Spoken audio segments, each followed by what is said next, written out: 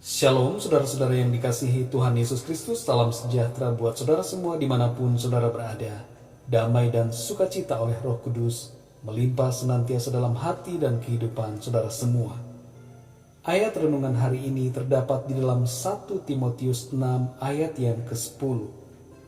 Tertulis demikian, karena akar segala kejahatan ialah cinta uang. Sebab oleh memburu uanglah beberapa orang telah menyimpang dari iman dan menyiksa dirinya dengan berbagai-bagai duka. Demikian firman Tuhan. Saudara yang dikasihi Tuhan, ada kisah tentang 4 orang sahabat baik yang sudah bertahun-tahun menjalin persahabatan. Suatu kali mereka melakukan perjalanan kaki di sebuah hutan. Saat mereka berada di hutan, secara tiba-tiba mereka menemukan sebuah koper yang penuh berisi dengan uang. Lalu muncullah berbagai pikiran serakah dalam hati keempat sahabat itu. Mereka mulai bertengkar soal pembagian uang, dan salah seorang merasa bahwa dialah yang paling berhak memiliki semua uang itu, sebab ia yang pertama kali melihat koper tersebut.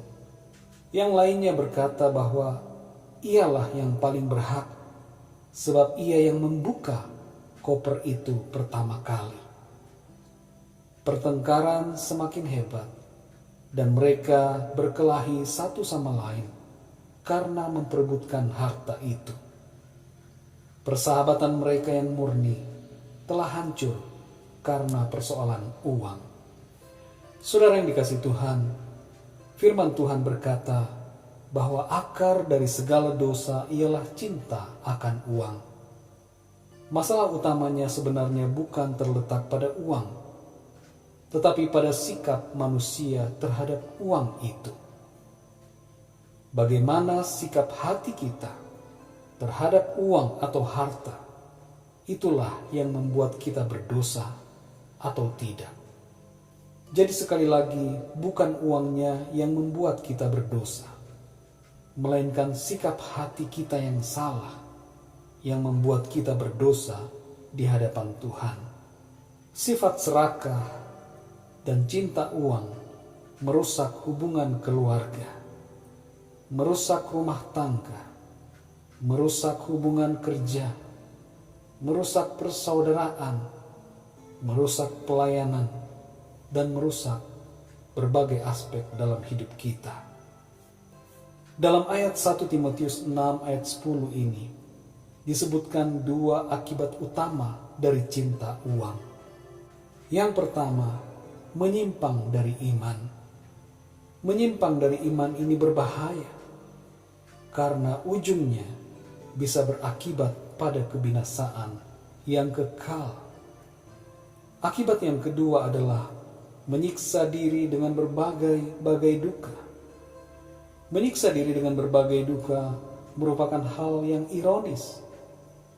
Sebab bila kita sudah menjadi anak Tuhan, tapi masih cinta uang, maka kita tidak dapat menikmati dengan sungguh anugerah kehidupan yang diberikan oleh Tuhan.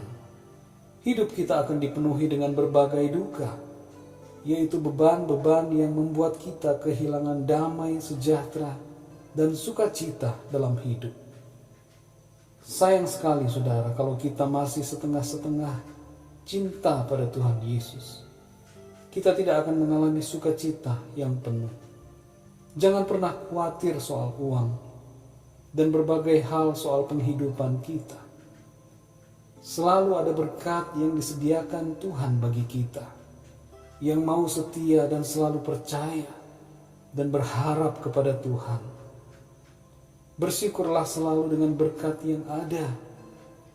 Cukupkanlah diri kita dengan apa yang Tuhan berikan, dan jangan buat hidup kita menjadi susah karena keserakahan akan uang.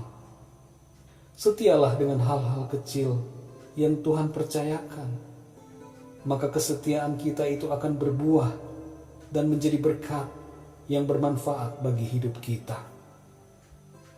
Saudara yang dikasihi Tuhan, mari dengan mendengarkan firman Tuhan ini, kita berubah menjadi orang yang cinta akan Tuhan. Mari kita miliki hati yang murni, hati yang bebas dari kecintaan akan uang dan harta, supaya hidup kita penuh dengan damai sejahtera, sukacita, dan berkat-berkat yang sejati yang dari Tuhan. Mari kita berdoa. Bapa kami yang di surga, terima kasih untuk firman-Mu yang mengingatkan kami hari ini, untuk kami tidak terikat dan tidak cinta akan uang. Tolonglah kami ya Tuhan, supaya kami sungguh-sungguh memiliki hati yang murni, hati yang penuh dengan ketulusan, cinta kepadamu. Berikanlah kami Tuhan, hati yang percaya, hati yang setia, hati yang selalu berharap kepadamu.